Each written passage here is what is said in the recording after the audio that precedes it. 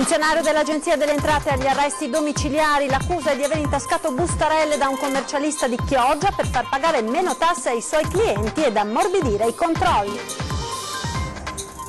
Maltempo ieri sera nel Bellunese, la zona più colpita, quella di Valle di Cadore, dove una fortissima grandinata ha provocato danni ingenti. Il manto bianco dei chicchi ha raggiunto i 20 centimetri. La Procura di Udine ha chiuso l'indagine su Emanuela Petrillo, l'assistente sociosanitaria accusata di non aver effettuato i vaccini su migliaia di bimbi in Friuli e nella Marca. Si profila il processo. La Corte d'Appello di Zara ha annullato la sentenza d'assoluzione per l'imprenditore croato accusato di aver travolto e ucciso in barca 2 coniugi padovani. Processo da rifare. Paura a 2 ville per un piccolo di neanche 2 anni caduto nel vano scale del condominio dove vive, portato all'ospedale di Vicenza, ora è ricoverato in gravi condizioni. Nuovo governo, tra le possibilità quella di tornare alle urne in luglio. I trevigiani, piuttosto dell'attuale stallo, meglio andare a votare. Il capo dello Stato Mattarella potrebbe essere domenica a Trento nel giorno clou della Dunata. Intanto continuano le partenze delle sezioni provinciali delle Penne Nere alla Volta di Trento. Buona giornata, ben ritrovati con la prima edizione dei telegiornali di Antenna 3. Apriamo con la cronaca dal veneziano: bustarelle per far pagare meno tasse ed ammorbidire le verifiche fiscali. Funzionario dell'Agenzia delle Entrate agli arresti domiciliari. Ci aggiorna sulla vicenda al telefono da Venezia Anna Maria Parisi. Buongiorno Anna Maria.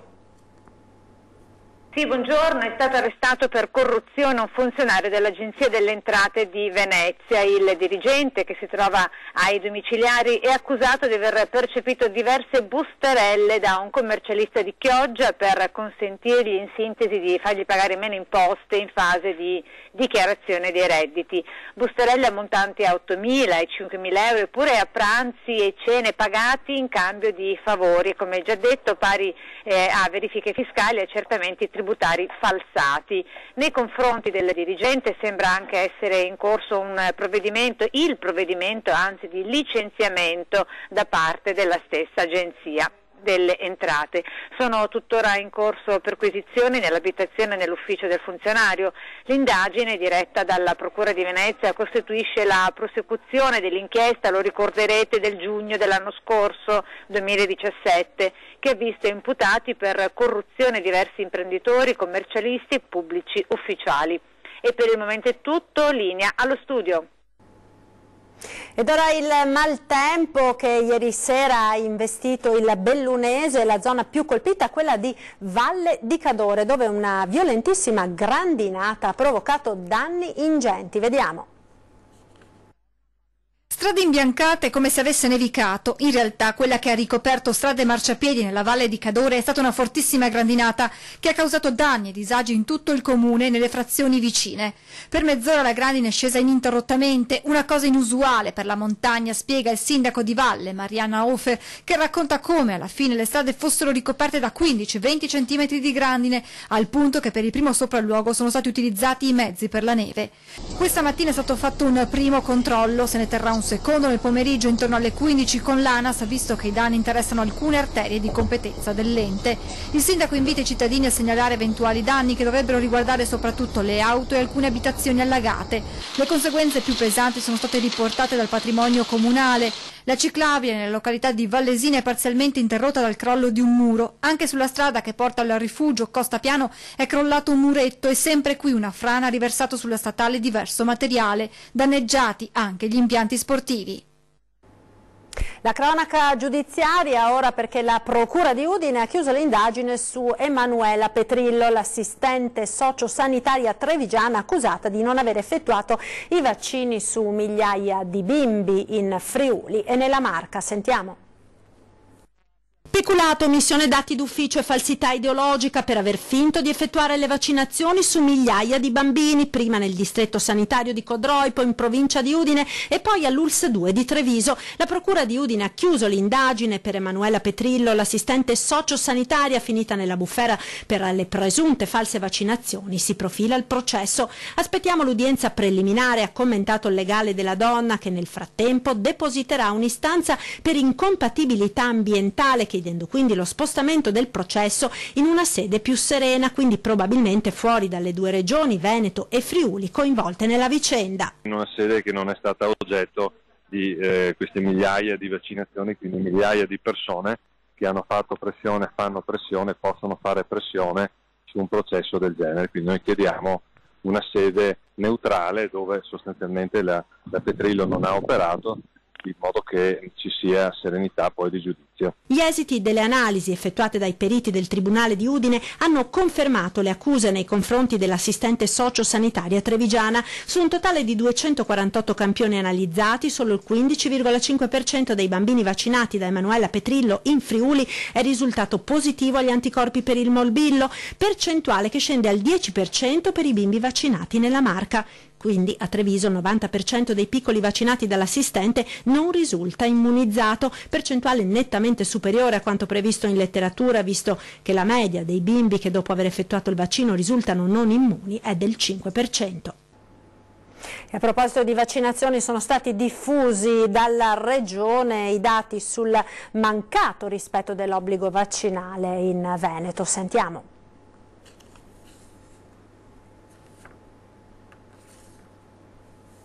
Ecco, dovremmo vedere ora il servizio relativi ai dati che sono stati diffusi dalla Regione del Veneto ieri sulle coperture vaccinali. Sono oltre 85.000 nel Veneto i minori di età compresa tra 0 e 16 anni, non in regola con l'obbligo vaccinale istituito nel 2017 dal ministro Beatrice Lorenzin. Di questi più di 22.000 sono in età prescolare e dovrebbero quindi a norma di legge essere esclusi dall'accesso a nidi e scuole materne. Il profilo di soggetto inadempiente, ricordano dalla Regione che ha diffuso i dati aggiornati al 3 maggio, non coincide con quello di soggetto non vaccinato o addirittura contrario alle vaccinazioni, ma spesso è solo qualcuno in ritardo col calendario previsto. Il 25,6% di chi non è in regola ha infatti già fissato un appuntamento alla relativa ULS, percentuale che sale al 35,2% per bambini al di sotto dei 6 anni. Tra questi ultimi sono dunque circa 14.000 quelli che non hanno né le carte in regola né un appuntamento col medico. Quando la Regione ha emanato un decreto, poi bocciato, per consentire a tutti di terminare l'anno scolastico, ricorda il governatore Luca Zaia, siamo stati accusati di essere antivaccinisti. Ora, tra una proroga e l'altra, si sta arrivando allo stesso risultato. Mi hanno dato dell'untore. La verità è che nella legge Lorenzin dai 0 ai 6 anni, e quindi a scuola dell'infanzia, se non sei vaccinato il bimbo deve essere messo in strada. Da 6 a 16 anni, se non sei vaccinato, puoi tranquillamente continuare ad andare a scuola. Quindi se non è un problema da 6 a 16 anni andare a scuola da non vaccinati, non capisco perché lo debba essere per i bimbi piccoli. Portiamo questi bimbi a fine anno scolastico, la si chiuda così, dopodiché a settembre si deciderà nelle iscrizioni. Io non sono contro i vaccini, la vaccinazione, però penso che questa modalità non aiuti a crescere nella consapevolezza, ma crei muro contro muro. Non mi risulta che in altre regioni, chi osa il presidente Veneto, si stiano mandando i carabinieri negli asili per buttare fuori i bimbi non vaccinati. A me risulta che il dibattito ci sia qui perché noi siamo sempre ligi all'applicazione della legge, delle regole, però la verità è che poi in giro per l'Italia mi sembra che questo dibattito non sia assolutamente così importante come qui da noi. Era stato assolto, ma la Corte d'Appello di Zara in Croazia ha annullato la sentenza. Protagonista un imprenditore che con il suo motoscafo aveva travolto e ucciso nel 2011 una coppia di padovani. Annullata in appello la sentenza che aveva assolto l'imprenditore croato 71enne Tomislav Oratincic dall'accusa di aver travolto con il suo motoscafo i due coniugi padovani Francesco Salpietro e Marinelda Patella, che si trovavano a bordo della loro barca a vela e che sono rimasti uccisi nello scontro. La Corte d'Appello di Zara, secondo i quotidiani croati, infatti ha contestato le ragioni della difesa, secondo cui l'imprenditore aveva perso temporaneamente coscienza a causa di una rara malattia, e ha appurato che non ci sono prove sulle responsabilità dei coniugi Salpietro. Il processo dovrà essere ripetuto davanti a un collegio composto da giudici mai coinvolti in questa vicenda giudiziaria che si trascina ormai dall'agosto del 2011. Nel Vicentino ora paura a Due Ville per un bimbo di nemmeno 2 anni che è precipitato nel vano scale del condominio dove abita. Sentiamo. Ad 1 anno e mezzo è ricoverato al San Bortolo di Vicenza in terapia intensiva. Ha riportato traumi alla testa e al torace. Un bambino è caduto lo scorso pomeriggio dal vano scale precipitando per 3 metri fino al pianerottolo di sotto. I genitori hanno sentito le sue urla e si sono precipitati fuori. Il piccolo, mentre la coppia era in compagnia con degli ospiti, è riuscito ad allontanarsi, addirittura ad aprire la porta di casa per uscire. Da qui la caduta rovinosa. Tanta paura, ma per fortuna non è in pericolo di vita. Ancora un incidente sul lavoro in provincia di Treviso. Questa mattina intorno alle 8:30 un operaio di 39 anni di Santa Lucia di Piave è caduto all'interno di una ditta di autotrasporti di Cimadolmo. L'operaio ha riportato un politrauma ed è stato trasportato con l'elicottero all'ospedale di Treviso, ma fortunatamente le sue condizioni non sarebbero gravi. Ed ora la politica e lo stallo di governo e tutte le tensioni che sono in corso nell'attesa della decisione di Mattarella. Intanto si infiamma naturalmente il dibattito politico tra i cittadini per una situazione che non si sblocca e all'orizzonte c'è sempre più lo spettro di un ritorno a breve alle urne. Proprio sull'ipotesi di un voto estivo abbiamo chiesto alla gente, ai trevigiani in questo caso, che cosa ne pensano. Sentiamo. Il voto a luglio? Secondo me bisogna votare sempre, però cosa voti? Questa gentaglia non esiste. Diciamo che non vedo un accordo, quindi a questo punto voglio andare. Esatto. Più presto andiamo al voto, più presto avremo un governo, credo, visto che non sono tanto d'accordo di fare un governo tecnico o pseudotecnico. Senza fare tanti intrallazzi e qualcosa che disgusta tutta la gente, è meglio tornare al voto. Non sono d'accordo, bisogna che si metta d'accordo. Io dico di sì perché ora speriamo che questa volta sia volta buona. Penso di sì. Penso perché bisogna che ci sia una vittoria, che ci sia un governo forte. Per il bene dell'Italia dovrebbero cercare un'intesa e si può fare qualcosa. Tornare al voto non credo risolverà la cosa, sicuramente le forze quelle sono e quelle rimangono. Che si mettano d'accordo o ad ogni modo per luglio non va bene, insomma. Casomai in autunno? Casomai in autunno, sicuramente. Chi torna a casa dalle vacanze per votare? I nostri politici poi. Meglio tornare a sto punto? Sì, senz'altro. Sarebbe tempo sprecato secondo me, e visto che sono le persone che ci dovrebbero governare, dovrebbero dare per prime l'esempio e trovare un accordo. Va bene? Meglio andare? Sì, meglio andare. Se uno ha voglia di votare rinuncia un po' e partecipa alla vita del paese. Problemi con i mezzi di soccorso e dotazione ai vigili del fuoco di Padova. È la 4ª volta, pensate, quest'anno che i pompieri padovani dichiarano lo stato d'agitazione. Sentiamo. Attualmente la macchina migliore in dotazione ai vigili del fuoco di Padova è un'autopompa della fine degli anni 90 prestata dal distaccamento volontario di Tiene, che è stata assegnata come primo mezzo di soccorso. Ad Abano Terme è stata invece assegnata un'autopompa della metà degli anni 80 proveniente dal comando di Verona, che peraltro i vigili del fuoco scaligeri credevano demolita. La denuncia all'ennesima sulle difficili condizioni in cui sono chiamati ad operare i vigili del fuoco di Padova e del coordinamento provinciale dell'Unione Sindacale di Base della categoria, ed è seguita dalla dichiarazione dello stato d'agitazione, il 4º quest'anno dopo quelli per la scarsità di personale. L'USB comunica anche che in questi giorni diversi automezzi adibiti al soccorso non hanno passato la verifica periodica e sono stati scartati e resi inoperativi a causa dell'evidente vetustà e della non corrispondenza agli standard imposti dalla revisione. Fortuna vuole, commenta il sindacato, che fossero presenti a Padova per la periodica revisione anche automezzi provenienti da altri comandi che sono stati per così dire requisiti per consentire al comando di Padova di continuare a prestare il servizio di soccorso. Ed ora l'appello, l'accorato appello dei genitori dello skipper originario del Padovano disperso da una settimana al largo delle Isole Azzorre. Sentiamo. Noi facciamo l'appello alla Farnesina, all'ambasciata rumena in Portogallo e anche all'ambasciata italiana in Portogallo che non smettano di cercarli, perché sono stati tanti altri casi che dopo tantissimi giorni sono stati ritrovati. Vi preghiamo, portateceli a casa. Non riesce a trattenere le lacrime la madre di Antonio Voinea, il trentenne, originario di Bovolenta, disperso insieme all'amico e skipper Aldo Revello da mercoledì al largo delle Isole Azzorre.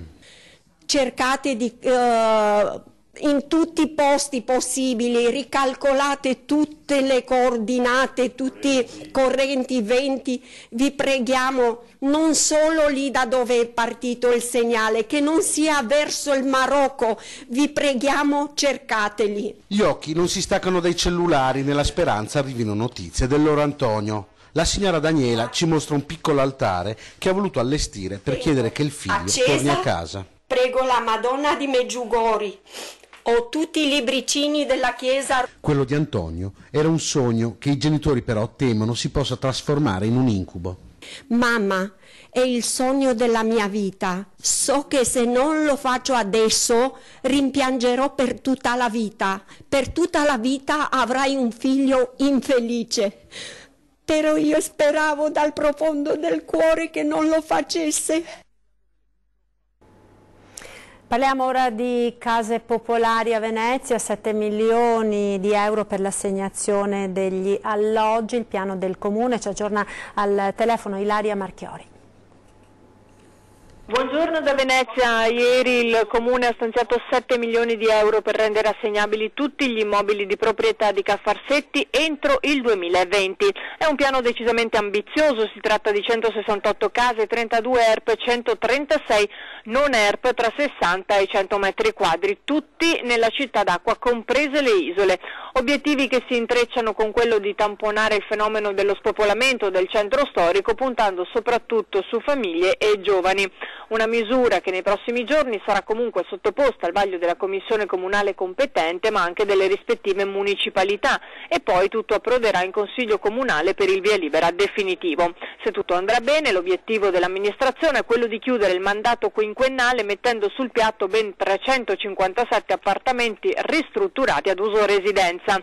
Per raggiungerlo servirà mettere a norma degli impianti e ristrutturare anche degli spazi, aggiungendo i 168 appartamenti ai 91 alloggi già manutentati negli ultimi 2 anni e ai 98 per cui sono in corso lavori di ripristino in questi mesi e per cui sono anche quindi già stati approvati gli stanziamenti necessari.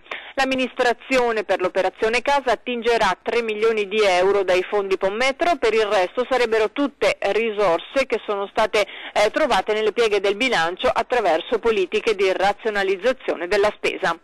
Da Venezia è tutto, restituisco la linea allo studio. Ed ora noi ci fermiamo per la pubblicità, restate con noi, a tra poco.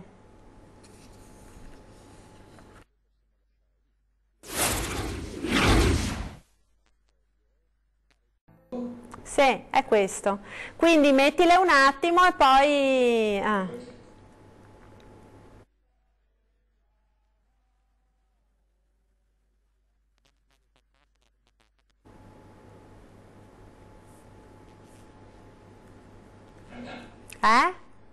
E rieccoci in diretta con la prima edizione dei nostri telegiornali. Torniamo ora a parlare delle mani di Lorenzo Quinn, le grandi, enormi mani di 9 metri in vetroresina dell'artista che sono state rimosse ieri da Cassagredo a Venezia e caricate su una chiatta per il trasporto. Naturalmente tutte le operazioni molto delicate hanno attirato l'attenzione di turisti e veneziani, e così anche durante il trasporto lungo il Canal Grande non sono mancati i saluti in pieno stile veneziano, con un video che è già diventato virale sui social. Lo sentiamo quindi con l'audio e le divertenti battute di chi ieri si è trovato ad incrociare questo singolare convoglio sul Canal Grande.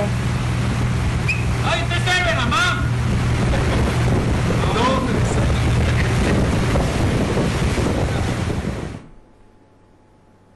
Ed ora l'adunata nazionale degli alpini a Trento. Questa mattina alle 7 da Motta di Livenza è partito l'ultimo convoglio della colonna mobile nazionale della protezione civile dell'ANA. Altri mezzi e uomini erano partiti ieri alla volta del Trentino per iniziare l'allestimento della cittadella militare. Da giovedì verranno mostrate le attività della protezione civile e realizzate anche alcune dimostrazioni. Sono intanto davvero numerosi i gruppi degli alpini in viaggio in tutti i modi, con tutti i mezzi di trasporto per raggiungere Trento. Un gruppo a piedi è partito da Castelfranco e ha fatto tappa a Bassano onorando il ponte. Vediamo il servizio. Ecco, vediamo il servizio che ci arriva dalla nostra redazione di Bassano.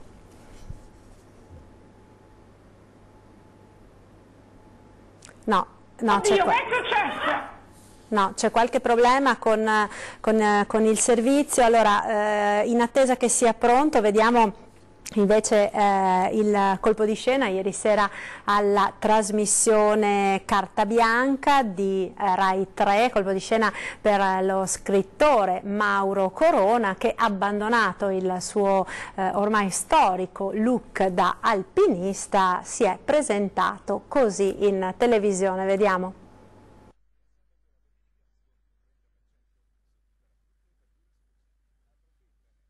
Oddio, che è successo? Che è successo qua? Un'altra persona, bel Fagoro, altro che... Come ti è conciato, Corona? Signora, ogni volta mi fa gli appunti perché vesto sempre lo stesso abito, lo stesso straccio, la bandana. Adesso sono qui per conquistarla, guardi come mi sono vinta. Faccia un po' vedere bene perché qua... è migliorato, Dobbiamo dire che è nettamente migliorato. Metta via nelle teche Rai questa giacca e questo agghindamento, perché nessuno mi vedrà più così. L'avevo serbato per il Nobel, quest'anno che lo vincevo non lo assegnano e quindi mi sono presentato a lei così, ma mettete via nelle teche Rai questa faccenda. Ecco, vediamo ora il servizio relativo agli alpini partiti da Castelfranco che si sono fermati a Bassano del Grappa onorando lo storico ponte. Vediamo.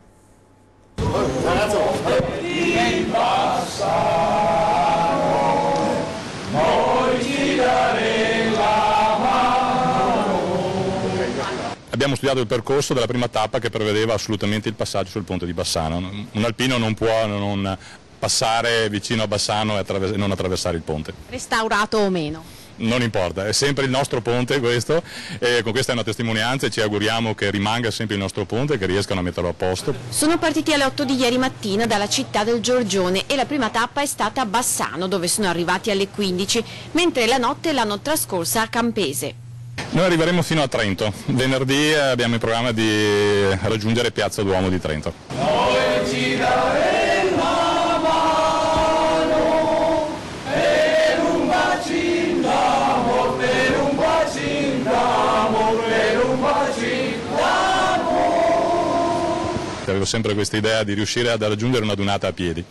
Quest'anno, grazie anche al fatto che questi amici mi hanno voluto come loro capogruppo, ho lanciato l'idea.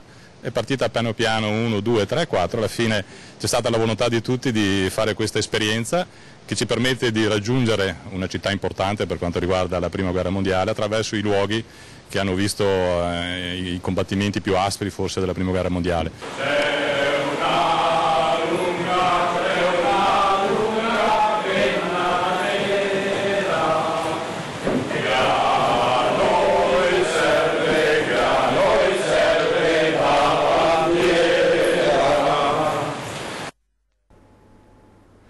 Ed ora parliamo di Tina Anselmi con un libro dedicato alla ministra originaria di Castelfranco Veneto che è stato presentato ieri a Palazzo Balbi. Vediamo. Non scriveva molto, a noi raccontava tanto ma non scriveva, non lasciava dentro tante cose, non voleva lasciare dentro tante cose a quel tempo, anche perché non erano cose sempre molto gradevoli purtroppo. Gianna Anselmi svela così un retroscena della vita riservata della sorella Tina, staffetta partigiana, sindacalista, deputata e prima ministra della storia della Repubblica, presidente della commissione parlamentare d'inchiesta negli anni dell'omicidio di Aldo Moro e della strategia del terrore. Con la sorella Maria, Gianna ha presenziato alla prima del libro scritto da Mauro Pitteri, che in 100 pagine ha ricostruito il percorso formativo di Tina Anselmi, dalla resistenza all'impegno sociale e politico. Ho cercato di focalizzare l'argomento sulla sua giovinezza, quindi soprattutto ai 3 anni, dal 45 al 48, in cui è stata sindacalista di tessili, che è una cosa che si dice ma che è stata poco approfondita. E poi i suoi legami con il movimento cattolico trevigiano, con i primi passi della DC e il suo inizio e il suo percorso nella gioventù femminile. La presentazione del libro a Palazzo Balbi ha pagato il prezzo di essere donna in anni in cui la società era fortemente maschilista, ma Tina Anselmi è una figura straordinaria, un gigante della politica e del sindacato, ha detto il presidente Luca Zaia. Se fosse stato un maschio al suo posto, con la sua storia, oggi avrebbe i monumenti in giro per le strade. Diciamolo, andate a vedere la storia, il curricula di molti personaggi che noi osanniamo e confrontateli con quelli di questa signora, con la quale io non ho niente da spartire politicamente, nel senso che nasco dopo, vengo dopo, eccetera, che ha una storia, pensate, ve l'ho detto prima, il sistema sanitario nazionale. La documentata ricerca di archivio, condotta con rigore da Pitteri, consente di mettere a fuoco le parole chiave che hanno orientato le coordinate di vita e di impegno sociale e politico di Tina Anselmi: concretezza, buonsenso e responsabilità. La democrazia, scriveva Tina Anselmi negli anni 60, comporta non solo adesione ai valori ma esercizio, individuare iniziative concrete. C'è un qualunquismo che dilaga perché non c'è responsabilità.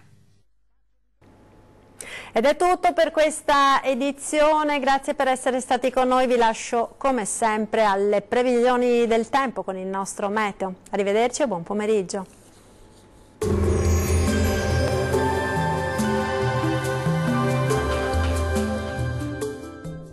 Imperdibile offerta da Fresco e Vario. Lunedì 14 e martedì 15 maggio sconto 20% su tutti i prodotti. Ben ritrovati al meteo. Sarà una giornata all'insegna dell'instabilità sulle nostre regioni. Vediamo il dettaglio di mercoledì 9 maggio. Sul Veneto sin dal mattino cielo irregolarmente nuvoloso e a tratti anche coperto, con addensamenti e anche con qualche rovescio possibile sui settori occidentali della nostra regione, ma anche sul bellunese. In genere asciutto altrove. Temperature minime tra 11 e 15 gradi, valori massimi compresi invece tra 19 e 23 gradi circa. Sarà perturbato anche sul Friuli Venezia Giulia, più sole al mattino, poi aumenteranno le nubi con qualche rovescio temporale che dai settori montuosi potrà estendersi fin verso le medio-basse pianure. Migliorerà ovunque entro la serata. Temperature minime intorno ai 13 gradi, valori massimi piuttosto gradevoli compresi tra 23 e 25 gradi. Poche novità sul Trentino Alto Adige, anche qui il tempo risulterà molto instabile con precipitazioni temporalesche sparse ma piuttosto frequenti, localmente anche di moderata intensità. Fenomeni in cessazione ovunque già entro la serata. Temperature minime sui 14 gradi, valori massimi intorno ai 20 gradi. Dal meteo di Antenna 3 per ora è tutto. Arrivederci al prossimo aggiornamento.